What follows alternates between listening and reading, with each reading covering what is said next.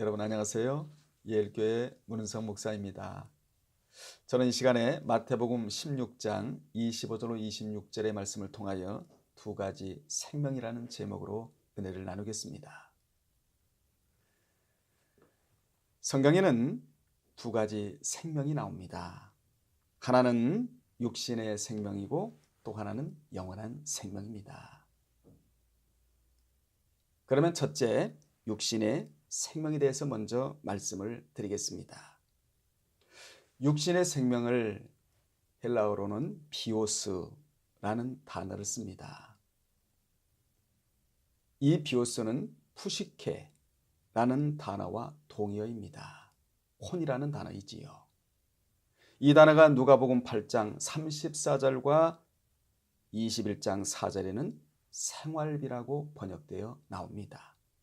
이 비오스는 마태 16장 25절과 26절에 나오는 혼의 생명, 육신의 생명을 가리키기도 합니다.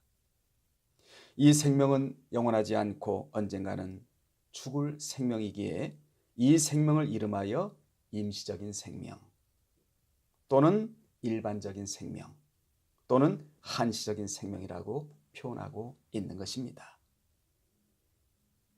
이 생명에 대하여 모세는 시편 90편 10절에서 다음과 같은 내용으로 고백적 기도를 하고 있습니다.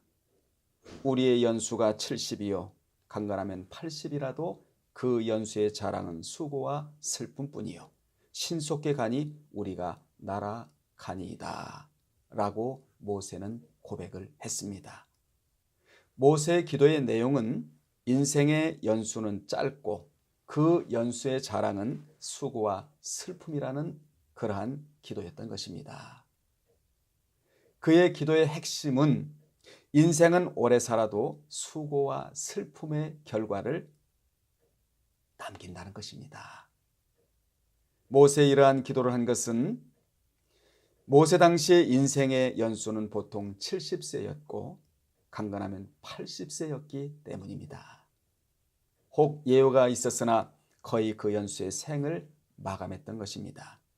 그래서 그는 임시적인 생명은 실로 날아가는 것과 같고 그 일생을 사는 것도 수고와 슬픔뿐이라고 기도했습니다. 만약 우리의 인생이 실로 모세의 기도의 내용과 같이 임시적이라면 우리에게는 소망이 없습니다. 하지만 우리는 수고와 슬픔만이라는 결과만을 남길 인생이 아닙니다. 우리에게는 예수 그리스도가 있습니다. 그분 한 분만으로 인하여 만족이 있고 그분으로 인하여 내세 소망이 있고 영생이 있는 것입니다. 그분으로 인하여 지상만 있는 것이 아니라 천국이 있습니다. 그래서 성경에는 천국이 있기에 지상이 있다고 소개합니다. 내세가 있기에 현세가 있다고 소개합니다. 우리의 삶이 현세의 삶만 있다면 소망이 없지만 내세가 있기에 소망이 있다고 소개하고 있는 것입니다. 우리가 세상을 살아가다 보면 때로는 수고와 슬픔이 우리 언저리에 가까이 있을 수 있습니다. 그러나 그러한 것들이 영원히 우리 곁에 있을 수는 없는 것입니다. 언젠가는 다 사라질 것들입니다.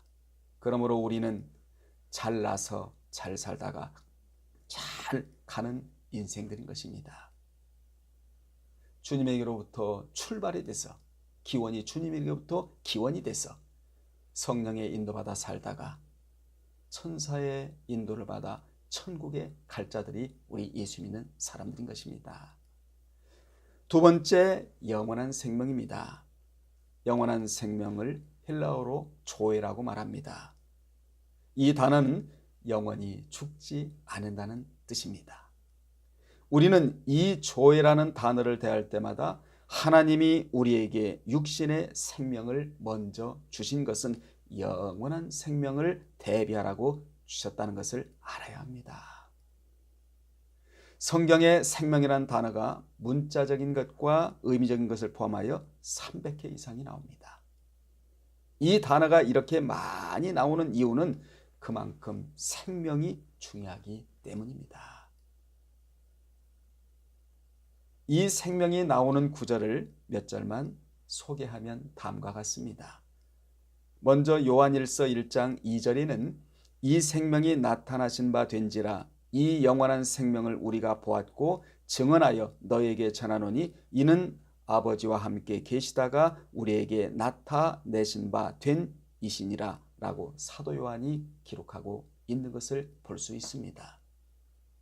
또 요한일서 2장 25절에는 그가 우리에게 약속하신 약속이 이것이니 곧 영원한 생명이라고 그렇게 기록되어 있고, 요한일서 2장 25절에는 그가 우리에게 약속하신 약속이 이것이니 곧 영원한 생명이라고 기록하고 있고, 또 요한일서 5장 11절에는 또 증거는 이것이니 하나님이 우리에게 영생을 주신 것과 이 영생이 그의 아들 안에 있는 그것이라고 기록되어 있고, 요한일서 5장 12절에는 아들이 있는 자에게는 생명이 있고 하나님의 아들이 없는 자에게는 생명이 없느니라고 생명에 대한 규정함을 밝히고 있습니다.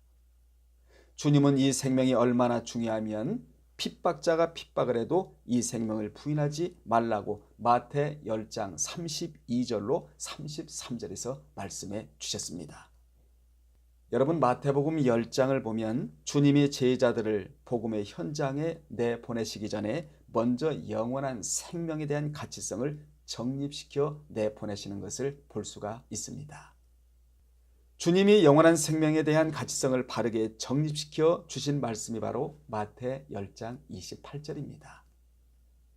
거기에 보면 몸은 죽여도 영혼은 능히 죽이지 못하는 자들, 핍박자들을 말씀하고 있지요. 이 자들을 두려워하지 말고 오직 몸과 영혼을 능히 지옥에 멸하실 수 있는 이를 두려워하라고 말씀해 주셨습니다.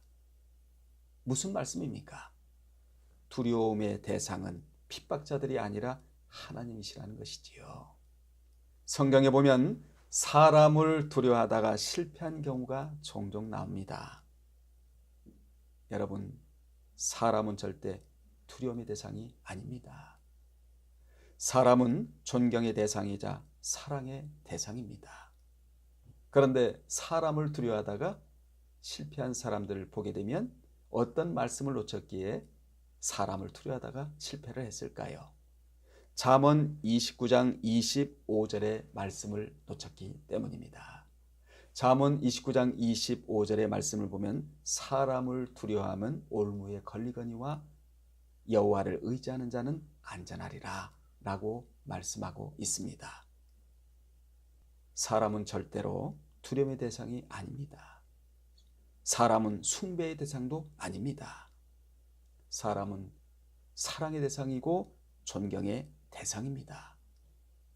사람은 서로 돕는 대상은 될지언정 절대로 숭배의 대상도 아니고 두려움의 대상도 아니라는 사실을 기억해야 될 줄로 믿습니다. 오직 우리에게 있어서 두려움의 대상은 딱 한 분입니다. 하나님이십니다. 그래서 구약에 경외하라는 말씀이 그렇게도 많이 나오고 있는 것입니다.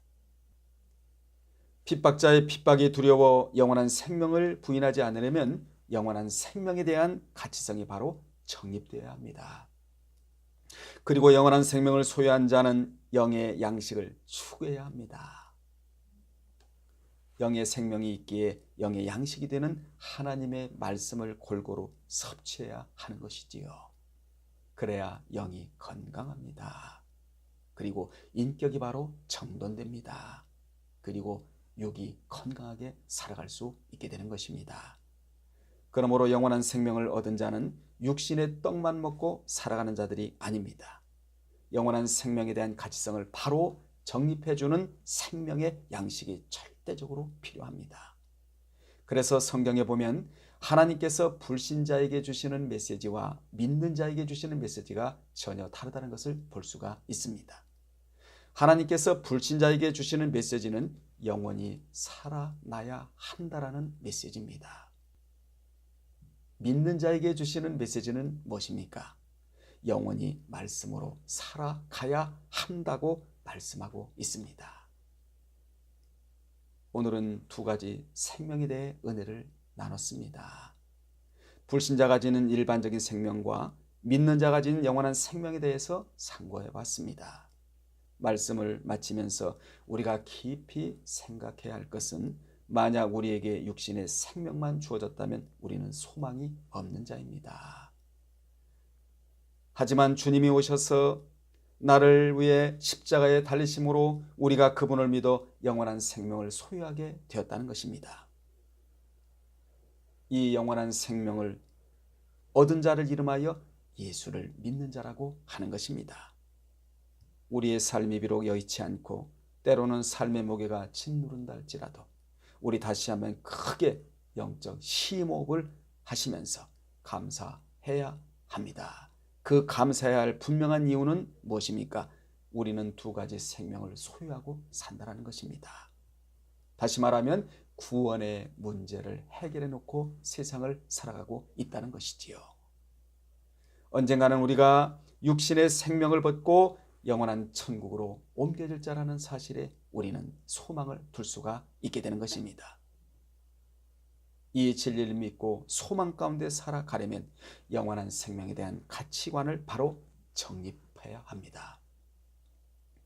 여러분은 오늘 이 생명에 대한 가치성을 바로 정립하시어 힘있게 영적 호흡을 하시면서 담대하게 이 세상을 살아가시기를 주의 이름으로 축원합니다.